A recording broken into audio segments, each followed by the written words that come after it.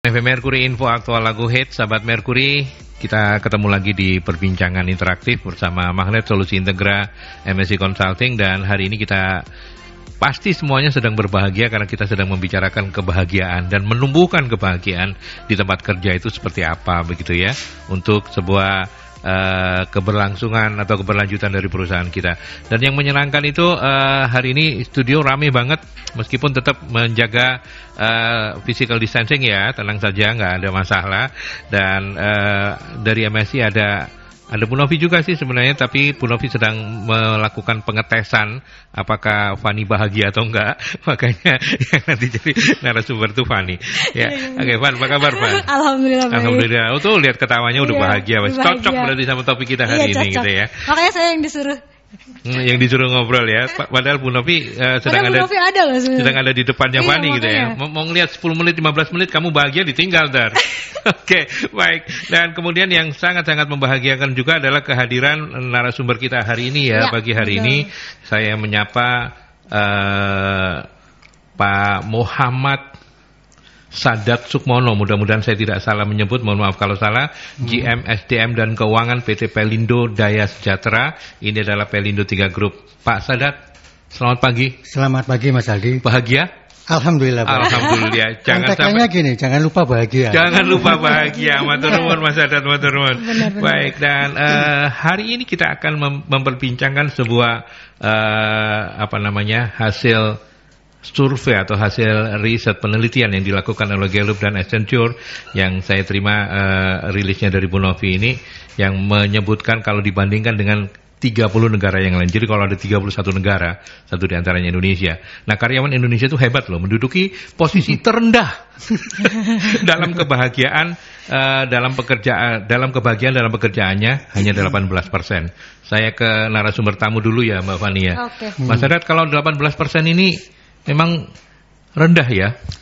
Ya, tentunya rendah ya. Tapi memang tren kebahagiaan di tempat kerja ini mungkin di Indonesia relatif baru. Sedangkan kalau di luar negeri sebenarnya sudah cukup lama. Bahkan happiness itu bukan sesuatu yang abstrak lagi, sudah menjadi sains kalau di luar negeri itu. Jadi sudah jadi ilmu pengetahuan, sudah dilakukan riset berulang kali, sehingga bukan sesuatu hal yang abstrak. Ya, cuman mungkin di Indonesia aja yang relatif baru gitu ya. Mungkin supaya kita tidak kejauhan nanti.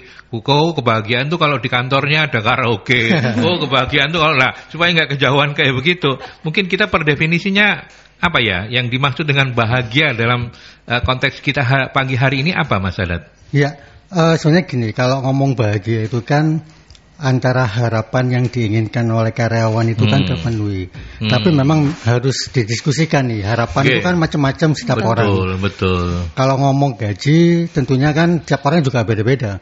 Ada yang gaji 10 juta udah happy, bahagia, puas. Ada yang belum gitu. Ada yang Sadat gajinya berapa? Bercanda. Kevin 20 juta aja gak bahagia-bahagia loh. Kevin, kamu 20 juta gak bahagia? Iya. Wah, tapi aku loh 5 juta bahagia. Di bawah 5 juta habis ini dapat dari pemerintah 1.200.000. Ya, oke.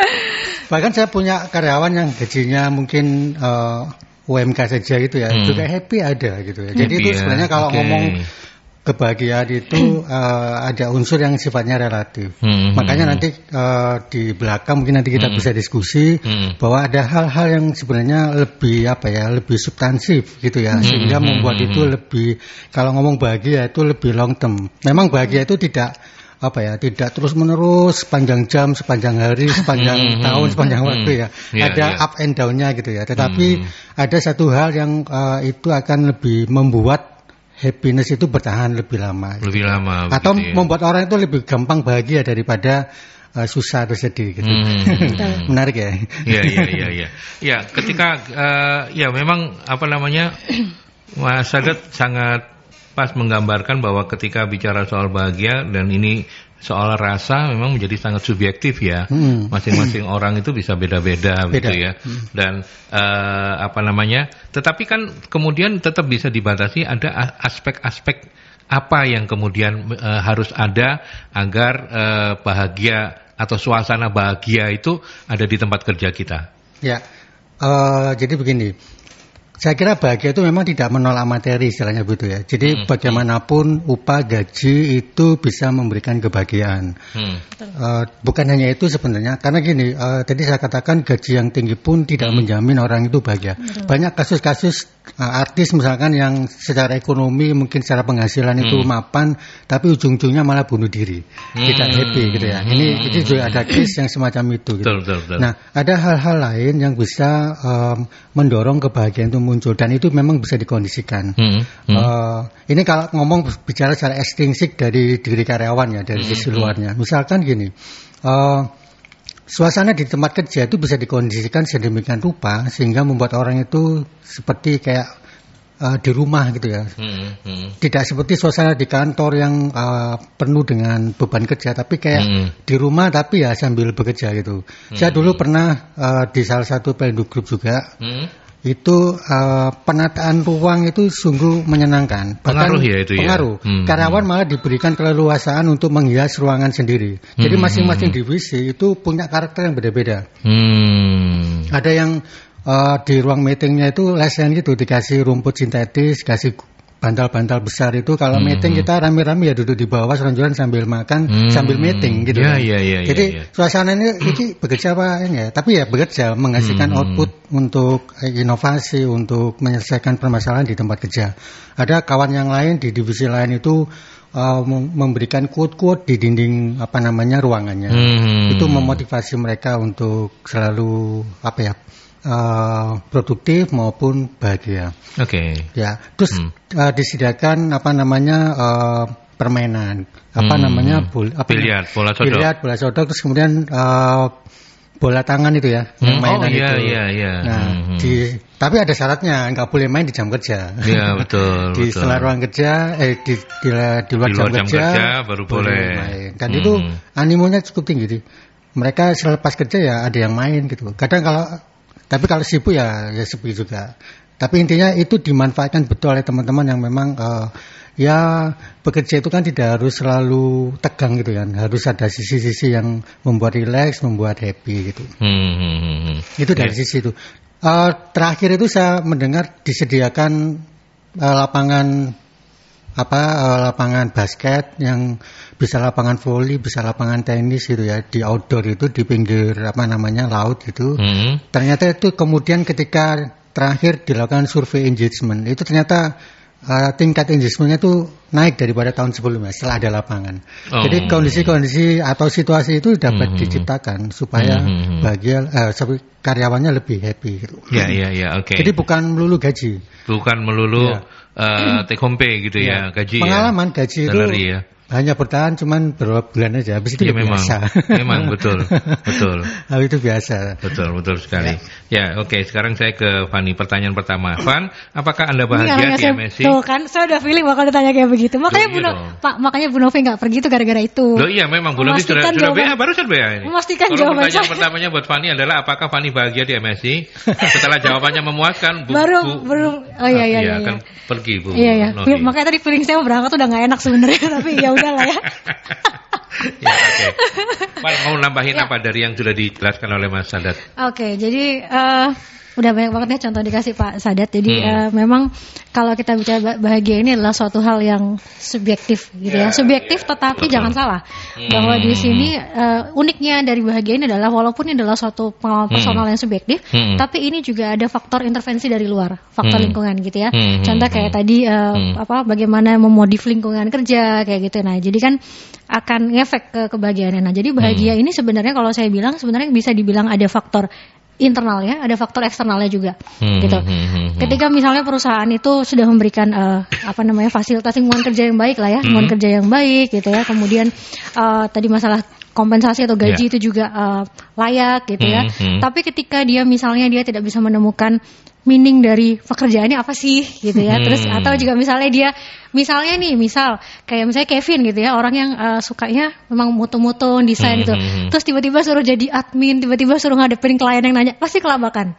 Gitu pasti dia akan lama-lama dia nggak happy gitu ya, karena bukan itu yang dia cari gitu. Karena kan gini, uniknya adalah bekerja ini kan sebenarnya adalah suatu media yang kita memang butuh uang untuk survive, untuk hidup gitu ya. Tapi ini juga adalah sarana kita buat aktualisasi diri. Aktualisasi betul. diri. Jadi betul. orang bekerja nggak cuma buat uang aja, ya, gitu betul. ya. Nah, kayak tadi kalau misalnya nggak sesuai nih apa yang dia pengen atau apa yang dia bisa dengan apa yang dikasih tahu perusahaan, ya pada akhirnya dia pasti juga nggak akan long last di situ, gitu. Nah, dan akhirnya dampaknya juga akan ke perusahaan lagi, gitu ya. Kemudian juga bisa jadi contoh misalnya kayak faktor komunikasi gitu ya.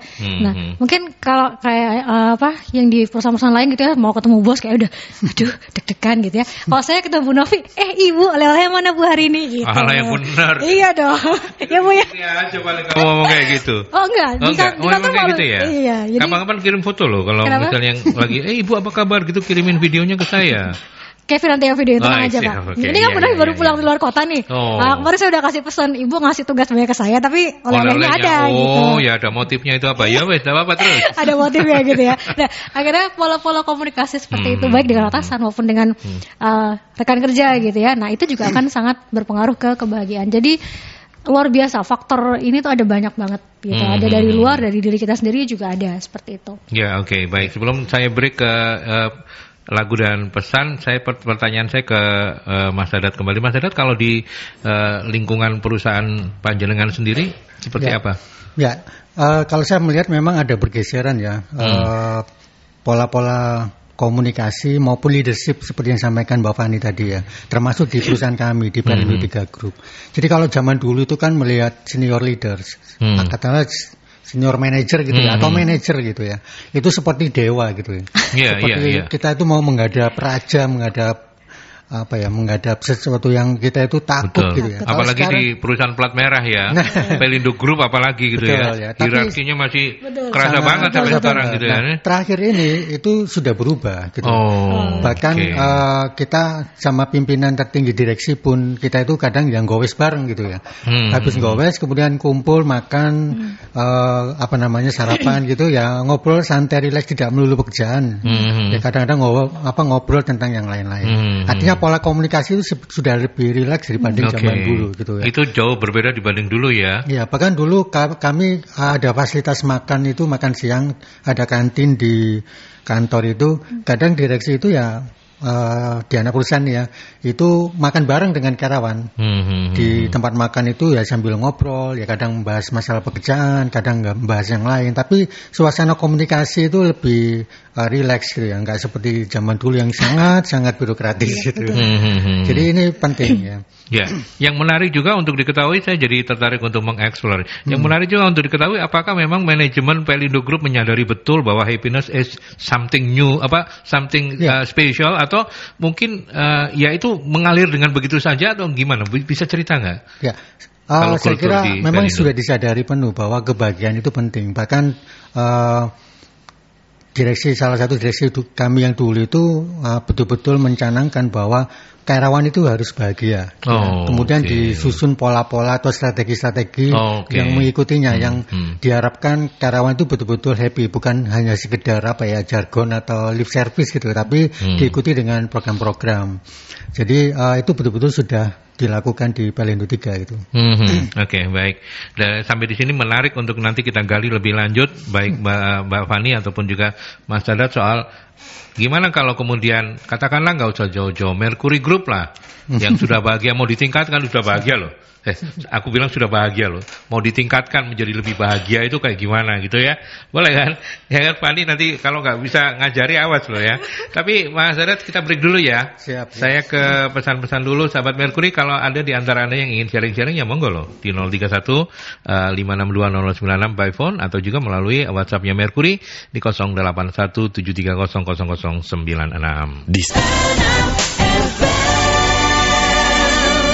Baik, kita lanjutkan masih bersama para narasumber ya. Ada Mbak Fani dari MSI Consulting, kemudian juga Pak Muhammad Sadat Sukmono, GMSDM dan Keuangan PT Pelindo Daya Sejahtera atau Pelindo 3 Group ya.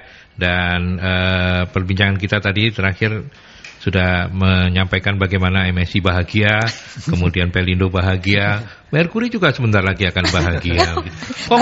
Tadi katanya udah bahagia. Selamat jalan Bu Novi. Udah akan lebih bahagia. Akan lebih bahagia. Iya dong. Ngelihat Fani udah bahagia banget, kita juga pengen bahagia banget. Saya ke Mbak Fani dulu, nanti juga Pak Sadat boleh melengkapi begitu ya. Soal yuk kita coba untuk mulai mengidentifikasi. Kalau perusahaan katakanlah hari ini banyak di antara sahabat-sahabat Merkuri yang adalah pebisnis, ya, pemilik bisnis atau business owner, dan dia kepingin betul terinspirasi dengan apa yang disampaikan oleh wakil dari Pelindo dan MSI Consulting ingin membuat itu. Harus dimulai dari mana itu untuk mengidentifikasi gitu loh, supaya karyawannya bahagia. Gimana, Pan? Oke, jadi sebenarnya gini, kalau kita mau mengidentifikasi karyawan yang bahagia itu sebenarnya gampang kok. Itu pasti akan kelihatan banget di keseharian.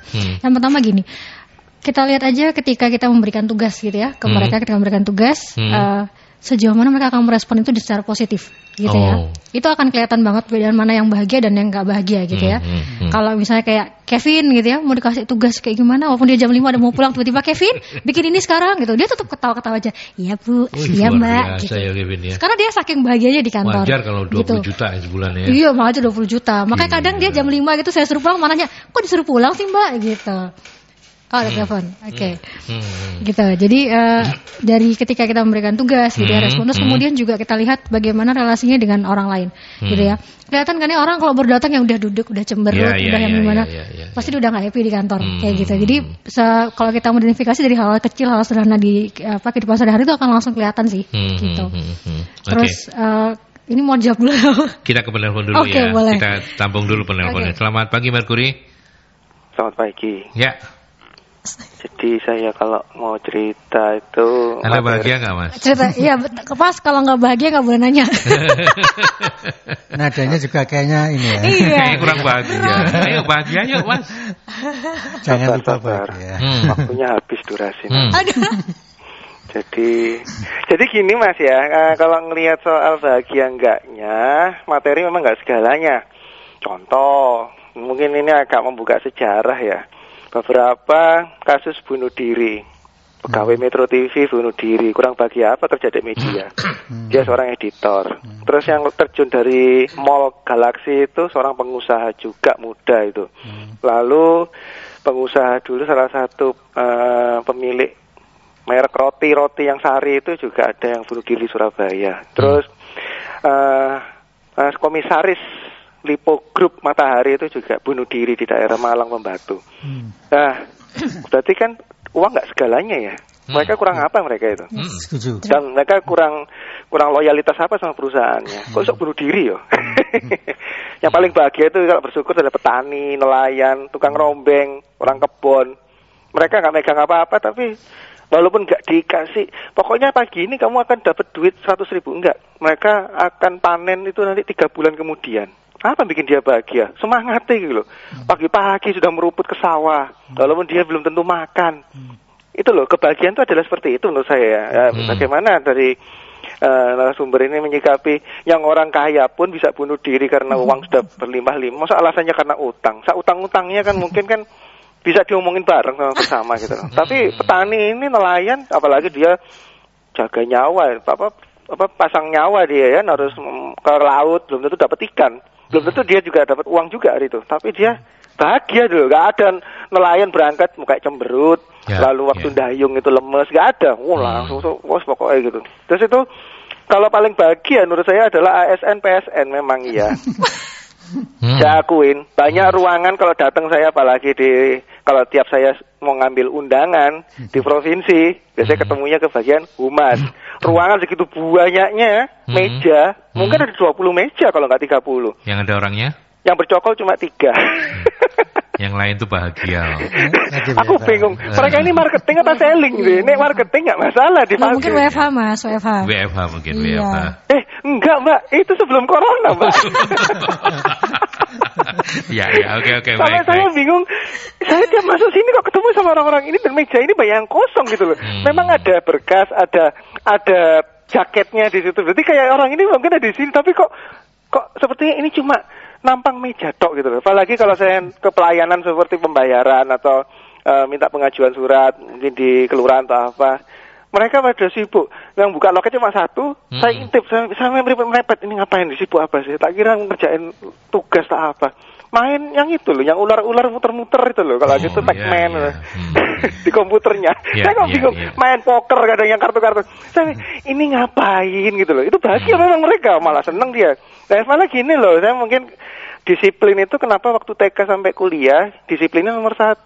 Tetapi saat sudah kerja, disiplin itu hilang semua. Ada korupsi waktu, ada korupsi invoice, habisnya kalau penerbangan sekian ditambahin sekian. Itu kan berarti kan dia kurang bahagia gitu loh. Kalau maunya dia bahagia harusnya kan tidak seperti itu. Waktunya pulang, ya oke pulang, istirahat. Ayo istirahat, masuk, ya masuk lagi. Bukan nanti pas istirahat, nanti sih. Nah, waktunya pas sudah masuk dia baru istirahat.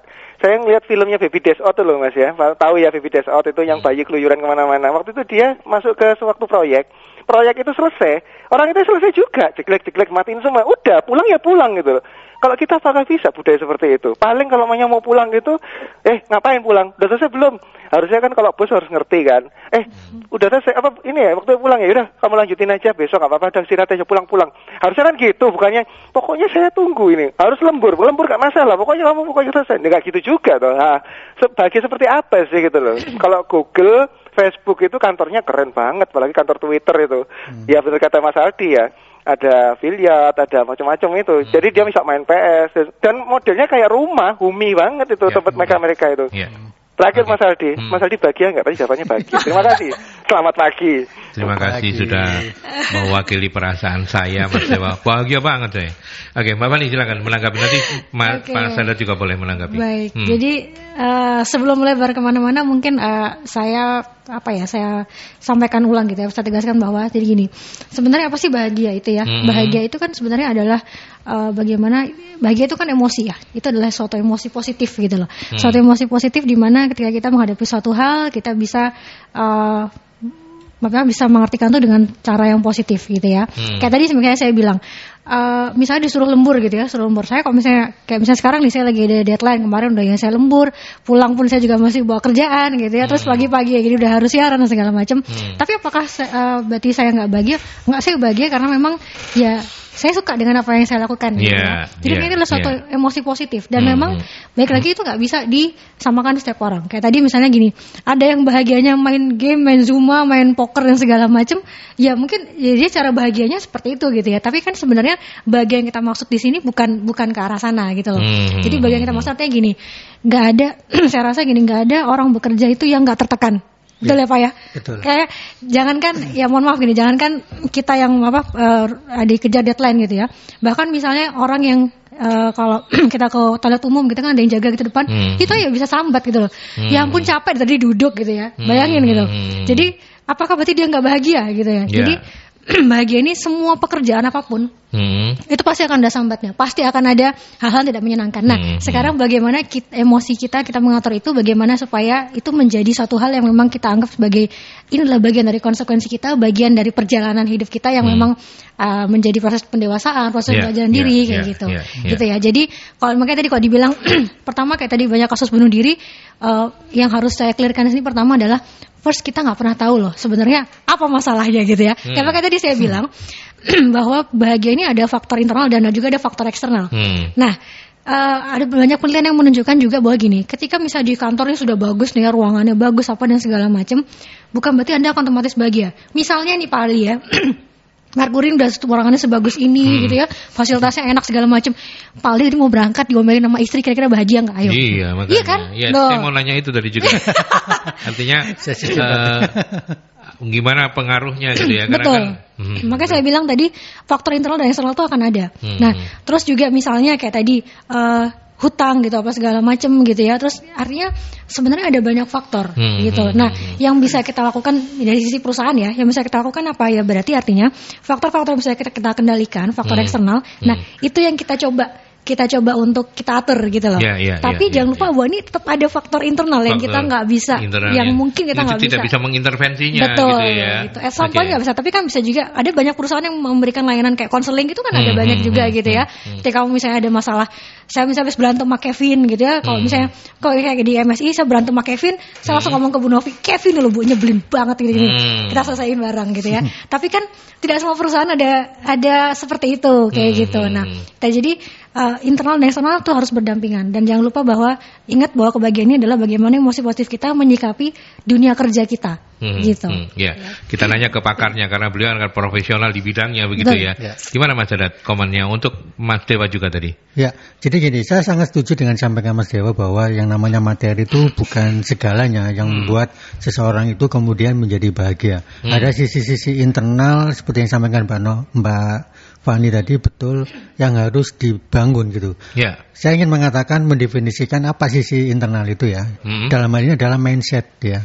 Jadi bagaimana mindset kita, pikiran kita, terutama bagaimana keterampilan kita di dalam menghayati setiap kejadian itu agar selalu bermakna. Bermakna di sini maksudnya adalah bermakna yang positif, gitu ya. Jadi kadang orang itu susah memaknai sesuatu secara positif, itu susah. Adanya itu negatif melulu. Iya, betul. Titik-titik betul. Titik-titik negatif thinking gitu ya, sehingga dampaknya emosinya juga buruk, perilakunya juga negatif gitu kan. Nah, beda dengan orang yang punya keterampilan penghayatan secara bermakna, secara positif gitu ya. Itu akan melihat sesuatu bahkan dalam satu momen kesedihan, dalam satu momen penderitaan, dalam satu momen tekanan pekerjaan, itu dia mampu menghayatinya secara positif. Nah, itu akan melahirkan emosi yang positif pula. Ya sudah, dia akan lebih mampu bertahan, akan lebih tangguh di dalam menghadapi tekanan-tekanan itu. Nah, ini yang seringkali dilupakan oleh banyak organisasi atau perusahaan. Gitu ya. Banyak perusahaan itu kemudian hanya membangun keterampilan teknis, skill mengoperasikan alat, skill untuk komputer gitu ya. Keuangan, manajemen gitu, tapi lupa dengan aspek mentalnya. Nah, ini yang saya kira akhirnya ujung-ujungnya mungkin ya orang itu hanya terampil dalam hal teknis tapi tidak terampil terhadap dirinya sendiri, mengolah emosinya, mengolah pikirannya, terutama ketika menghadapi suasana yang sulit gitu ya. Ini yang sering dilupakan. Makanya perlu investasi dan intervensi gitu ya, supaya ada program-program yang membangun mental atau membangun mindset yang positif. Ini satu hal yang sangat penting. Kalau ini sudah terbangun dan kemudian karyawan itu mampu mandiri dalam hal ini, itu ibaratnya harus diculni gitu ya. Bahkan dikasih tekanan yang berat itu mereka akan tangguh gitu. Ya. Dan kemudian pertanyaan berikutnya adalah kalau tadi dicontohkan berangkat dari rumah dalam kondisi yang nggak nyaman gitu ya. Nah, seberapa besar kemudian kalau situasi di kantornya itu nyaman bisa merubah mood seseorang ini? Pengalamannya Mas Sadat sendiri. Ya. Cukup besarkah itu bisa mengintervensi perasaan yang lagi bad mood ini menjadi good mood begitu? Ya, saya kira mampu. Mampu ya. Jadi justru kadang orang itu malah nggak kerasan di rumah, mau ke kantor terus. Ini pengakuan pribadi apa ya apa? Enggak, ini kawan. Oh, itu temennya. Kalau Mas Ada tuh seneng di rumah loh. Oh iya. Enggak, jadi gini itu sangat personal ya. Jadi tergantung pada kemampuan individu masing-masing. Sekali lagi kembali kepada individunya. Keterampilan dia di dalam bagaimana berpikir secara positif atau keterampilan menghayati sesuatu kejadian itu secara positif. Betul. Saya mengatakan itu sebuah keterampilan gitu. Karena itu tidak semua orang mampu melakukan gitu. Tapi itu juga bukan sesuatu yang nggak bisa dipelajari. Itu sesuatu yang bisa dipelajari oleh setiap orang. Bahkan mungkin lebih tepatnya itu sebuah kecerdasan ya. Emosional quotient itu ya, mungkin. Jadi sekarang itu kan ada kecerdasan intelijensi ya. Pikiran, kemudian emosi, kemudian spiritual. Ya. Bahkan ada yang terakhir itu ada yang bilang kecerdasan moral gitu. Jadi semuanya itu penting dan harus ngeblend gitu ya. Ngeblend, nggak bisa hanya satu aja gitu, nggak bisa. Jadi semuanya harus dimiliki gitu. Yang namanya persoalan di dalam hidup ini nggak mungkin tidak ada, selalu pasti ada kan gitu ya. Tapi tinggal bagaimana kemudian menghayatinya, memaknainya secara positif. Nggak mungkin orang kemudian lepas dari masalah kan. Mbak Fani mungkin orang yang nggak pernah mengalami masalah kira-kira, atau justru sekarang ini banyak masalah. Fani itu nggak pernah mengalami masalah karena dia sumber masalah. dia masalah buat teman-temannya gitu. Jadi harus yang dilatih temannya ya. Iya. Keterampilan menghayati bapaknya. Mas Sadat tanya sama Kevin, bener gak Vin? Lo kan bener lo. Ada dia yang bikin dia jadi masalah buat saya karena fotonya nggak pernah ada yang bagus. Oh gitu, iya. Oke, tapi Van, kalau kemudian dari yang dijelaskan oleh Mas Sadat, kemudian kita mencoba untuk meng-underline ternyata bahwa memang perusahaan tidak mungkin bisa quote-unquote mengintervensi 100% moodnya karyawan, tetapi perusahaan bisa membantu untuk seperti tema kita hari ini, menciptakan kebahagiaan, salah satu diantaranya dengan menciptakan suasana kantor yang nyaman, terus training untuk mindset itu ya. Apa saja itu yang kemudian perusahaan bisa sediakan untuk itu? Oke. Jadi ini gini, tadi saya bilang benar bahwa kita kan ada faktor internal dan faktor eksternal ya, Pak. Dan faktor internal ini kan setiap orang ini bisa berbeda-beda dan ada banyak, dan nggak mungkin saya rasa semua diakomodir oleh perusahaan gitu ya. Dan ya juga kita harus ingat bahwa perusahaan ini kan meng-hire kita untuk menyelesaikan tugas gitu ya, bukan buat mengelola emosi kita gitu ya. Jangan lupa di situ bahwa perusahaan ini meng-hire kita itu pasti buat menyelesaikan pekerjaan, bukan buat mendidik kita supaya menjadi lebih dewasa gitu ya. Nah, jadi itu harus dipahami dulu. Jadi kalau saya rasa ketika kita sudah berani memutuskan untuk bekerja, berarti ya kita sudah harus siap bertanggung jawab dengan pilihan kita itu tadi gitu. Kemudian sejauh mana sih perusahaan itu bisa mengintervensi? Jadi gini, ada banyak kok bisa dilakukan. Misalnya kayak sekarang banyak perusahaan yang dia juga kegiatan-kegiatan keagamaan gitu ya, misalnya rutin gitu ya, kajian-kajian misalnya, sehingga orang itu juga nggak melulu dikasih training masalah pekerjaan, tapi juga emosionalnya juga disentuh gitu ya. Itu udah mulai banyak perusahaan yang aware kayak gitu. Terus kemudian juga saya lihat pelatihan-pelatihan itu sendiri pun sekarang juga sudah bukan fokus ke pelatihan teknis aja. Kalau dulu mungkin hanya misalnya kayak operator, ya udah gimana cara mengoperasikan mesin ini gitu ya, admin gimana cara mengetik dengan cepat gitu misalnya, cuma gitu doang. Tapi sekarang perusahaan sudah mulai aware bahwa ternyata gak seperti itu. Jadi misalnya bagaimana sih kita manajemen waktu misalnya, bagaimana sih kita mengelola emosi negatif kita misalnya, itu sudah mulai banyak gitu loh diberikan oleh perusahaan gitu ya. Jadi saya rasa hal-hal seperti itu juga harus diperhatikan. Nah, kemudian itu kalau dari sisi yang internalnya gitu ya, dari sisi internal. Kalau dari eksternal apa? Banyak nih. Contoh kayak misalnya gini, yang pertama, misalnya kita lihat bisa perusahaan ini mulai mereview misalnya seperti apa sih standar kompensasi yang diberikan. Itu akan ngefek juga gitu, karena baik lagi memang uang bukan segalanya, tapi orang bekerja itu juga buat uang, betul ya. Betul. Nah, kita nggak akan mungkin happy misalnya gini, Pak Aldi yang siaran 3 jam sama nanti misalnya siapa gitu yang siaran sejam bayaran dia lebih tinggi, sakit hati nggak? Sakit hati dong pasti ya gitu ya. Itu wajar, itu manusiawi gitu loh. Nah, kita harus mulai mereview sistem yang seperti itu. Jadi artinya gini, artinya setiap orang yang masuk ke sini itu akan benar-benar kita perhatikan bagaimana kesejahteraannya, kita perhatikan bagaimana sih kita memberikan umpan balik yang fair gitu loh ke mereka. Itu yang pertama. Kemudian juga kayak tadi, nah lingkungan itu penting banget gitu loh, karena ya saya tahu bahwa ini lingkungan ini pasti akan kosnya gede ya, kosnya pasti gede sekali. Perusahaan ini pasti ogah-ogahan nih kalau ngurusin, karena kosnya gede betul. Tapi saya sendiri pribadi jujur saya pernah sangat kepikiran buat resign dari perusahaan yang lama itu karena apa? Karena kalau saya mau sholat itu kan manufaktur ceritanya. Kalau saya mau sholat itu saya hanya di ruang lab yang dimana kotor banget gitu ya, hitam dan segala macam. Ini saya mau sholat kayak gini nih gimana gitu ya, kayak gitu. Jadi hal seperti itu yang harus dibikin. Sebenarnya nggak harus mewah gitu, nggak harus mewah. Contoh kayak misalnya kayak tadi ruang ibadah yang ya setidaknya enak gitu ya, enak yang orang nyaman untuk beribadah gitu, itu juga harus diperhatikan. Kayak gitu. Nah kemudian mulai harus ada, perusahaan ini harus mulai memikirkan gimana sih pola komunikasi yang mau kita terapkan gitu loh.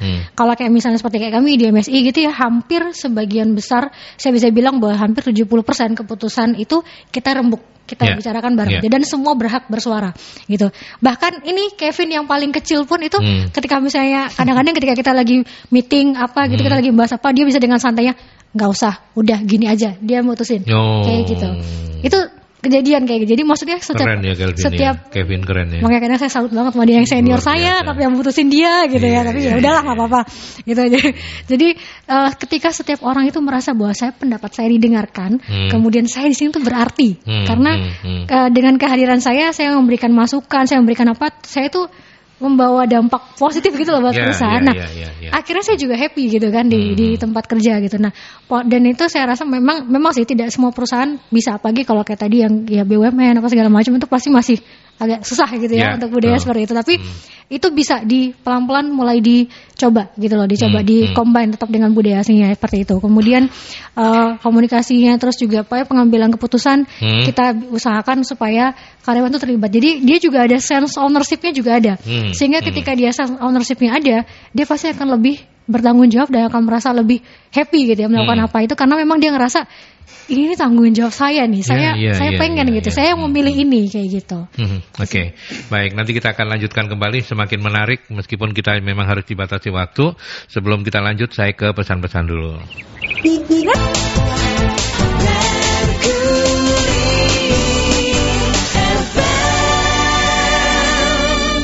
Oke, saya ke posko dulu. Nil, silakan Nil. Iya Aldi, ada beberapa pertanyaan dari sahabat Merkuri. Ini Mega menanyakan, kalau dalam keseharian karyawan itu banyak waktu me time karena bisa JJS dengan teman-teman kantor, tapi realitanya dalam pekerjaan produktivitas yang dihasilkan karyawan itu kurang maksimal. Bagaimana mengatasi kondisi ini? Kemudian ada Pak Farid. Apakah kebahagiaan dalam bekerja tidak bisa terwakili hanya dengan penerimaan gaji yang sesuai? Untuk bisa menciptakan karyawan yang bahagia dengan pekerjaannya, minimal apa yang harus dilakukan perusahaan? Kemudian terakhir dari Pak Bianto, apakah kondisi nyaman dalam bekerja sudah pasti bisa membuat karyawan bahagia dan bisa memacu produktivitas? Apakah kondisi nyaman di sini bebas tanpa aturan? Oke, baik, thank you Nila. Ya, monggo silakan, saya ke Mas Sadat dulu deh. Ya. Ada 3, kalau keseharian karyawannya me time, JJS-an terus gitu ya. Tapi realitanya pekerjaan produktivitasnya kurang maksimal. Nah, mengatasinya kayak gimana ini? Ya, jadi artinya gini, menciptakan suasana nyaman atau happy itu bukan berarti kemudian tidak ada aturan yang berlaku. Iya, betul. Justru kalau aturan itu ditegakkan, itu malah everybody happy gitu. Karena apa? Ketika ada orang yang melanggar, kemudian dikenakan sanksi.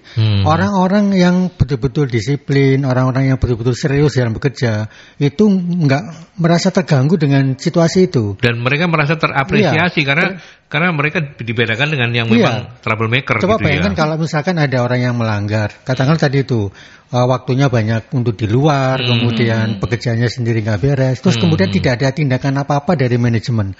Bagi orang-orang yang serius bekerja, yang betul-betul rajin, itu kan sesuatu yang sesuatu yang nggak nyaman kalau itu dibiarin gitu. Tapi kalau kemudian disanksi, ya berarti perusahaan ini bagus, perusahaan ini fair, sehingga membuat happy, gitu kan. Nah, kalau mengatasinya terhadap orang-orang yang seperti itu harusnya dilakukan pembinaan gitu ya. Kalaupun tidak langsung disanksi, paling nggak dipanggil gitu ya. Kalau tidak bisa dibina ya dibinasakan. Paling nggak di coaching kan gitu ya. Seperti yang disampaikan Mbak Fani tadi. Nah, aturan itu ya harus ditegakkan. Bukan berarti kalau nyaman itu aturan itu bisa dilanggar, nggak ada, bahkan tidak ada aturan sama sekali. Tidak seperti itu. Jadi aturan harus tetap ditegakkan. Malah kalau aturan tidak ditegakkan itu membuat situasi di dalam kantor akan menjadi tidak nyaman. Yang terakhir apa itu? Ya, yang Pak Bianto. Kalau Pak Farid tadi kita sudah bahas sih sebenarnya ya. Apakah kebahagiaan dalam bekerja tidak bisa terwakili hanya dengan penerimaan gaji yang sesuai? Untuk bisa menciptakan karyawan yang bahagia dengan pekerjaan, minimal apa yang harus dilakukan? Monggo sih kalau misalnya mau komen juga. Kalau ngomong gaji, ya memang betul gaji itu bisa memberikan kebahagiaan, tapi kan tadi tuh efeknya itu biasanya ya pendek dan orang itu kemudian sudah biasa. Nah, sekarang tinggal kemampuan perusahaan mau sampai kapan mengeluarkan peluru terus ibaratnya untuk naikkan gaji dalam rangka untuk menuruti kebahagiaan yang sifatnya seperti itu. Kan jebol juga nanti anggaran perusahaan dan tidak ada perusahaan yang kiranya mampu seperti itu.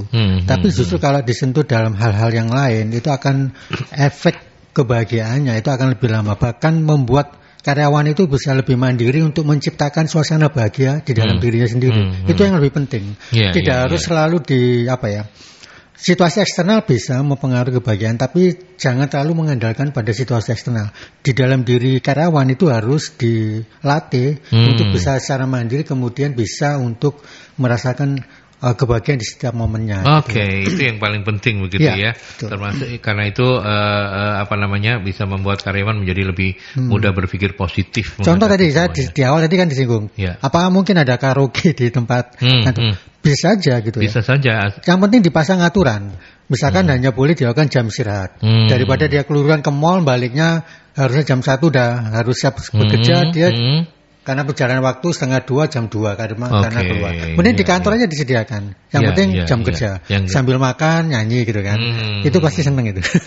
Dan pasti penuh itu. Tinggal di jadwal aja di WC ini hari apa, di WC ini hari apa. Meeting terus break nyanyi dulu. Ayo mani nyanyi. Nggak boleh. Udah boleh. Oke, ke Pak Bianto sekarang. Apakah kondisi nyaman dalam bekerja sudah pasti bisa membuat karyawan bahagia dan memacu produktivitas? Apakah kondisi nyaman di sini itu bebas tanpa aturan? Ya pasti enggak. Tapi benar nggak karyawan yang bahagia itu bisa memacu produktivitas? Kalau di dalam penelitian memang hasilnya seperti itu. Karyawan yang happy itu meningkatkan produktivitas. Meningkatkan, kalau ada penelitian itu meningkatkan penjualan ya. Kemudian meningkatkan akurasi. Jadi tingkat akurasi atau ketelitian di dalam bekerja itu semakin tinggi kalau orang itu happy. Ya, sebaliknya kalau karyawan itu tidak happy, itu membuat satu tidak semangat, yang kedua produktivitasnya juga rendah gitu ya. Karena bawaannya emosi. Oke, baik. Sebelum nanti saya balik ke closing statement untuk Pak Sadat, saya ke Mbak Fani dulu. Silakan di komen yang ditambahkan yang kurang-kurang mungkin. Jadi mungkin saya nambahin sedikit aja. Jadi intinya gini, balik lagi saya tekankan bahwa jangan menyalahartikan bahagia ini kebebasan gitu ya. Enggak gitu. Bahagia ini artinya tadi Pak Sadat sudah berkali-kali menyinggung bahwa kita tetap ada koridornya, tetap ada aturan-aturan harus kita penuhi, tetapi juga bagaimana kita memaknai apa yang kita lakukan. Dan kalau kayak tadi saya menambahkan hasil penelitian itu ya, bahwa memang dikatakan bahwa orang yang bahagia itu produktivitasnya minimal itu akan meningkat kurang lebih sekitar 12%, gitu loh. Nah, jadi artinya apa sih? Artinya bahagia ini memang suatu konsep yang abstrak, tapi bisa kita upayakan bersama. Bisa kita dari pihak perusahaan maupun dari pihak karyawan. Nah, dua-duanya ini harus align, harus sejalan, gitu. Harus sejalan, dan benar-benar ketika kita sudah mencoba secara maksimal untuk membuat lingkungan yang menyenangkan, terus kemudian juga kayak tadi masalah gaji dan segala macam semua setelah kita atur gitu ya, komunikasinya juga lebih baik gitu. Nah, pada akhirnya ini dampaknya itu juga akan balik ke perusahaan. Ketika karyawan tuh happy, dia bekerja secara optimal, dia bisa merasa bahwa saya akan menampilkan yang terbaik di sini gitu. Dia juga bangga, maksudnya dia ada rasa kepuasan gitu ya. Wah, saya di sini bisa ngelakuin hal yang amazing gitu ya. Yang untung juga perusahaan juga gitu kan. Gitu. Jadi dua belah pihak itu ya itu harus sinergi, harus align dua-duanya. Gitu. Oke, baik. Kita tutup dengan yang pertama ke Pak Mas Sadat dulu, nanti juga ke Mbak Fani. Mas Sadat, ini kalau kita sudah banyak bicara tentang kebahagiaan, kemudian juga tentang bagaimana itu kemudian bisa memacu produktivitas dan sebaliknya. Saya ingin di bagian akhir ini kita bicara soal kendalanya gitu loh. Mungkin ini juga bisa menjadi closing statement untuk sahabat-sahabat yang sekarang sedang mendengarkan dan memang kepingin mengubah begitu ya. Kultur di perusahaannya menjadi lebih membahagiakan karyawan. Apa biasanya kendala-kendala yang dihadapi gitu? Kalau bicara sukses story-nya pasti sudah banyak gitu ya. Tapi untuk menjadi seperti sekarang kan Pelindo sendiri dengan seluruh anak perusahaannya juga tidak semudah membalik telapak tangan kan. Mesti trial and error juga. Gimana Mas Sadat? Jadi yang penting itu di dalam, memang tidak mudah membangun kebahagiaan, apalagi ini sebuah culture juga ya. Bisa kita sebut culture gitu ya. Nah, membangun culture itu tentunya tidak bisa instan, tidak bisa langsung cepat seperti membalikkan telapak tangan gitu ya. Jadi butuh waktu. Yang penting itu adalah kemudian komitmen dari pimpinan. Mindset pimpinan itu juga harus paham tentang bahwa arti atau pentingnya kebahagiaan pada karyawan gitu ya. Yang itu implikasinya juga buat perusahaan atau manajemen atau organisasi gitu ya. Jadi mindset pimpinan ini juga harus selaras gitu ya dengan filosofi itu gitu. Selain mindset tentunya komitmen. Kalau hanya di tataran pikiran tapi kemudian komitmennya tidak ada, ini tentunya tidak akan jalan. Dan kemudian yang penting juga ini adalah harus diimplementasi dalam sebuah sistem. Entah dalam program atau dalam regulasi supaya itu bisa dieksekusi. Kalau sekedar himbauan-himbauan saja, tentunya itu sulit akan dilakukan. Tapi kalau itu jadi sebuah regulasi, menjadi sebuah sistem, misalkan program ya, program training, bintal, misalkan terkait dengan ESQ misalkan. Nah, ini akan bisa mudah implementasinya daripada sekedar himbauan-himbauan. Artinya kebahagiaan itu tidak bisa diperintah, tidak bisa dipaksakan, ya, tetapi harus diciptakan dengan sebuah sistem. Ya, oke. Yang menarik tadi sempat diingatkan, tapi saya baru teringat di bagian akhir. Kalau sekarang kan eranya milenial ya. Anak-anak milenial pasti gaya kerjanya beda gitu. Betul. Kan. Nah, ketika menyangkut soal kebahagiaan, mungkin saja me time yang penting buat mereka target kecapek, dia mau kerjain di mana sambil JJS atau me time atau apa boleh. Gimana perusahaan kemudian harus menyikapi itu, Mas? Betul. Artinya kawan-kawan milenial ini kan punya dimensi yang berbeda ya dengan generasi sebelumnya. Nah, ini memang harus diapresiasi dan juga perlu diperhatikan kebutuhan-kebutuhannya. Anak-anak sekarang itu kan cepat bekerjanya, smart gitu, terus update informasinya juga luar biasa, dan bahkan mereka selain bekerja itu untuk materi, tapi mereka juga ingin mencari kepuasan yang lain, kepuasan batin, aktualisasi diri itu, sehingga memang kadang tidak bisa dibatasi oleh pola-pola seperti zaman dulu. Makanya sekarang dengan adanya kondisi pandemi ini, yang kemudian ada kebijakan WFH, itu sebenarnya juga sebelumnya itu sudah kita pikirkan bahwa ini ada kondisi yang nanti harus mengakomodir ke generasi milenial itu bekerja yang tidak harus di kantor gitu ya. Dan ternyata ada pandemi akhirnya WFH. Tapi WFH ini kan bekerja di rumah ya, bukan libur gitu kan. Jadi mereka tetap bekerja, sharing datanya bisa lewat internet, email itu dan lain-lain. Jadi saya kira itu juga salah satu bisa mengakomodir. Sambil nantinya diciptakan sistem, mungkin kalau sudah pandeminya selesai, mungkin ya pola-pola yang tidak harus di kantor itu bisa diciptakan gitu. Ya. Selalu kita harus mencari sisi positif dari pandemi. Iya, menyulitkan, iya WFH, iya susah gitu. Tapi ternyata itu membawa something new yang kemudian mungkin lebih baik untuk mengakomodasi anak-anak milenial gitu. Terima kasih Mas Sadat. Mbak Fani? Oke, mungkin saya menambahkan poin penting gitu ya di sini bahwa tadi Mas Sadat bilang bahwa ini perlu komitmen. Iya. Jadi ini happiness ini kelihatannya kayaknya konsep abstrak yang gampang, tapi sebenarnya enggak juga gitu loh. Ini butuh komitmen yang luar biasa. Nah, yang perlu disadari di sini bahwa dampaknya jangka panjangnya itu bagi perusahaan tuh luar biasa. Kalau karyawan itu dia happy gitu ya, dia akan cenderung long last di situ, dia akan lama. Gitu. Anda bayangin aja nih Pak, kalau misalnya kita setiap karyawan 2 bulan sekali ganti, kita harus training lagi training lagi. Terus kalau orangnya cocok, kalau orangnya oke gitu ya alhamdulillah. Kalau ternyata habis training habis itu kayaknya berat, udah seriusan aja gitu. Terus cari lagi orang. Berapa waktu yang kita habiskan buat ngerekrut orang, buat training orang. Nah, padahal kan ini orang yang merekrut dan orang yang mentraining ini juga punya kerjaan yang lain ya. Yang harusnya bisa waktu itu kan uang ya. Waktu itu sangat berharga gitu loh. Bisa kita alokasikan buat pekerjaan lain yang mungkin lebih strategis, tapi karena ngurusin ini rekrutmen karena orang mungkin nggak happy di tempat kerja, ya akhirnya yang rugi siapa? Perusahaan juga. Jadi kadang banyak kesalahannya gini, aduh saya ngeluarin duit buat misalnya kayak tadi setting ruangan apa segala macam, aduh duitnya gede nih buat ini.